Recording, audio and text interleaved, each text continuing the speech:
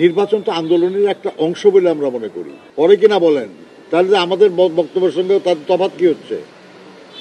আমরা বলেছি July August, ওনারা বলছেন এই বছরের মধ্যেই, তো ঠিকই আছে তো, জুলাই আগস্ট এই বছরের মধ্যেই নাকি?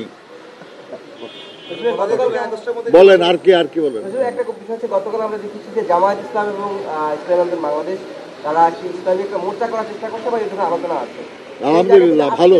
ইসলামিক দলগুলোর সাথে বৈঠক হচ্ছে, বিএনপি নিয়ে কনসার্ন কিনা? এখানে কনসার্নের তো কিছু না। আপনি বাংলাদেশে যারাই রাজনীতি করেন তারাই তাদের রাজনীতিকে আরো এগিয়ে নিয়ে যাওয়ার জন্য যার সঙ্গে যার মতের মিল হবে তারা একসাথে কাজ করার ব্যাপারে চিন্তা করতে পারে, সিদ্ধান্ত নিতে পারে। এদের নিয়ে কারো কোনো দুশ্চিন্তা থাকার তো কোনো কারণ নাই।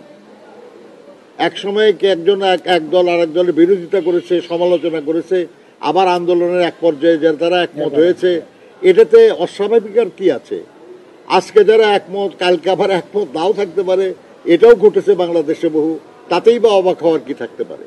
কাজে আমার মনে হয় এই বিষয়গুলি নিয়ে আমাদের দুশ্চিন্তাগ্রস্ত বা এটা নিয়ে কোনো মন্তব্য করার কোনো প্রয়োজন আছে বলে আমি মনে করি না। তারা তাদের রাজনৈতিক বিশ্বাস থেকে যা উচিত মনে করবেন তারা নিশ্চয়ই তা করবেন।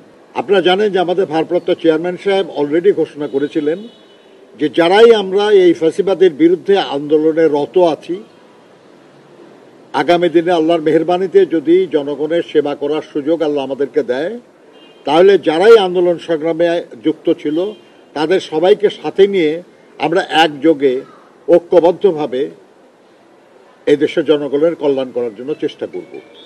কাজেই এক ধরনের জোট তো হয়েই আছে আমাদের মধ্যে।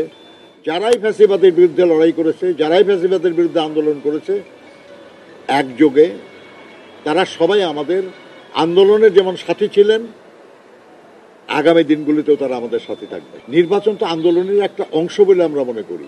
আপনি একটা দাবি করেছেন, আপনার দাবি অগ্রাহ্য হলে, অযৌক্তিকভাবে অগ্রাহ্য হলে আন্দোলন সংগ্রাম তো হয়ই, অতীতেও হয়েছে, কিন্তু আপনার এটা তো অগ্রাহ্য কেউ করে নাই। কাজে এখন আন্দোলনের প্রশ্ন আসতেছে কেন? আমরাও তো বলেছি যে সংস্কার তো আমরাও চাই, কিন্তু আমরা বলছি সব সংস্কার কখনোই শেষ করা যায় না। যে সংস্কার আজকে আমরা করব, এখন থেকে 2 বছর পরে হয়তো আমরাই সেই সংস্কারের আরেকটা সংস্কার করতে চাইব।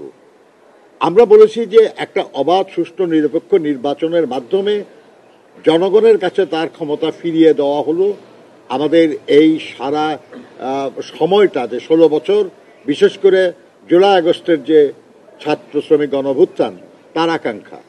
সেই আকাঙ্ক্ষা পূরণের জন্য একটা জাতীয় নির্বাচন এবং জনগণের হাতে ক্ষমতা ফিরিয়ে দেওয়াটা জরুরি। এর জন্য যেসব সংস্কার প্রয়োজন, গুরুত্বপূর্ণ, এই সংস্কারগুলি তো আমরাও চাচ্ছি, এবং সেটা যত দ্রুত সম্ভব। এটাকে ঝুলিয়ে রাখা ঠিক হবে না।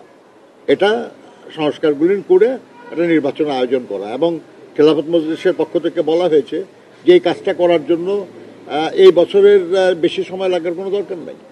ব্যক্তি খুব বেশি মানে রাষ্ট্রীয় নীতি নির্ধারণে খুব বেশি প্রভাব ফেলে না, কিন্তু আমেরিকা এমন একটা রাষ্ট্র যেখানে রাষ্ট্রপতির ক্ষমতা খুব বেশি, মানে অত্যন্ত প্রভাবশালী আর কি।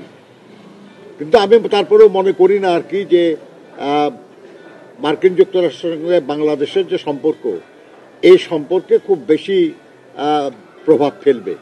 কারণ পরিবর্তন তো তাদের ওখানে হয় না, এখানে পরিবর্তন তো আমাদের এখানে হয়েছে, তাই না? আমাদের এখানে জনগণের সমর্থনে যেমন পরিবর্তন হয়েছে, তাদের ওখানেও জনগণের ভোটে রাষ্ট্র ক্ষমতার পরিবর্তন হয়েছে।